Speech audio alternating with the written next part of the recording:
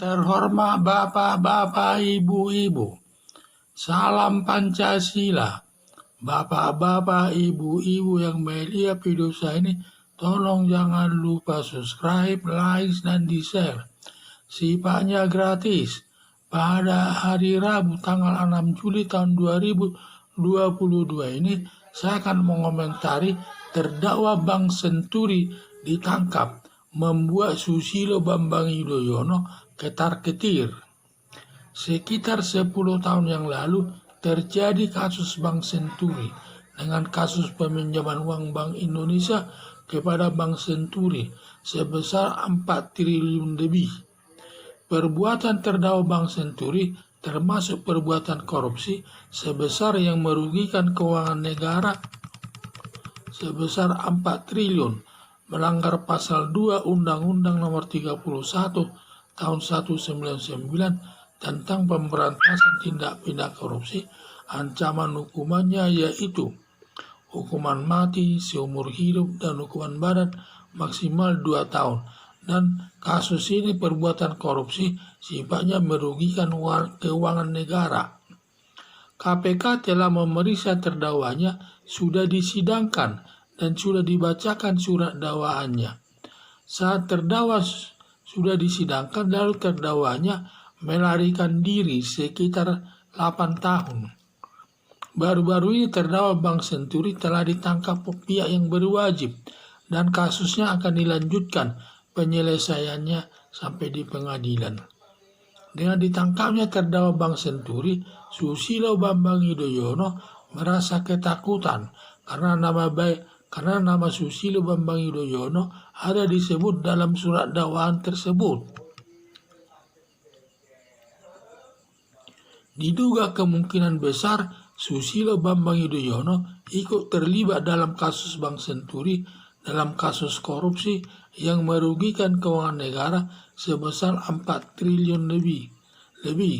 Harapan saya Susilo Bambang Yudhoyono segera ditangkap dan diproses sesuai hukum yang berlaku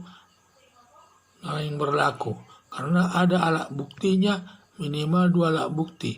Jadi agar Susilo Bambang Yudhoyono ini diproses sesuai hukum yang berlaku, bila ada alat buktinya dan minimal sudah dipenuhi alat buktinya, supaya dilakukan penangkapan dan diproses sesuai hukum yang berlaku.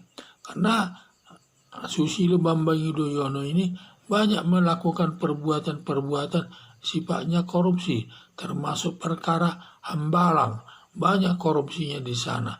Tetapi hampir tidak ada masalah yang terjadi dan kelihatannya aparat penegak hukum kurang berani menanganinya. Yaitu yang saya lihat permasalahan ini. Dan juga dalam masa pemerintahan Presiden Susilo Bambang Yudhoyono ini banyak kasus-kasus korupsi. Dia caranya melakukan korupsi itu yaitu dengan cara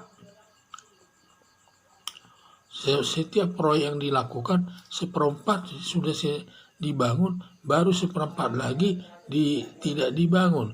Jadi mandeklah proyek tersebut. Sehingga 25% itu dananya dimasukkan ke proyek, sedangkan 75% dinikmati uangnya itu. Nah, itulah saya lihat metodenya dalam melakukan korupsi tersebut. Dan hampir semua permasalahan dikuasainya dan ingin mengambil uang negara tersebut. Hampir tidak ada. Banyak utang negara dibuatnya. Selama dia jadi presiden selama 10 tahun, uang utang negara pun bertambah banyak. Dan juga sedangkan hasil pembangunannya tidak ada. Itulah yang saya lihat. Kalau banyak pembangunan dilakukan walaupun utang banyak, tidak ada masalah. Karena proyek-proyek yang sudah jadi itu nanti nilainya naik. Dan juga harga proyek itu juga jadi naik harganya. Tidak masalah. Tetapi ini semua pembangunannya tersebut hampir tidak ada yang selesai. Mangkrak semua. Jadi dia metode mangkrak diterapkannya dalam melakukan perbuatan korupsi. Jadi setiap proyek yang dikerjakan paling 25%. Sehingga dananya itu digunakan untuk membangun 25%. Sedangkan 75% lagi dia menikmati atau dikorupsi. Itulah saya lihat metodenya tersebut. sehingga banyak kasusnya. Tetapi saya lihat para penegak hukum, terutama KPK, kurang berani mengungkap kasus tersebut. Selalu ada masalahnya. Ya, mudah-mudahan nanti kasus ini, di mana pernah tertangkapnya terdakwa Bank Senturi ini, bisa dijadikan tersangka dia. Karena dia sudah merasa ketar-ketir dengan tertangkapnya terdakwa Bank Senturi tersebut. Karena di dalam dakwaan Bank Senturi tersebut ada nama SBY disebut dalam surat dakwaannya. Dan diduga SBY juga mungkin ikut tersangkut perkara korupsi yang dilakukan bersama terdakwa Bank Senturi tersebut. Inilah yang saya lihat permasalahan, dia ada permainan di dalam hal tersebut. Jadi harapan saya SBY segera ditangkap dan diproses sesuai hukum yang berlaku. Karena kalau sudah ada alat buktinya, minimal 2 alat bukti, supaya diproses sesuai aturan hukum yang berlaku. Sekian dan terima kasih.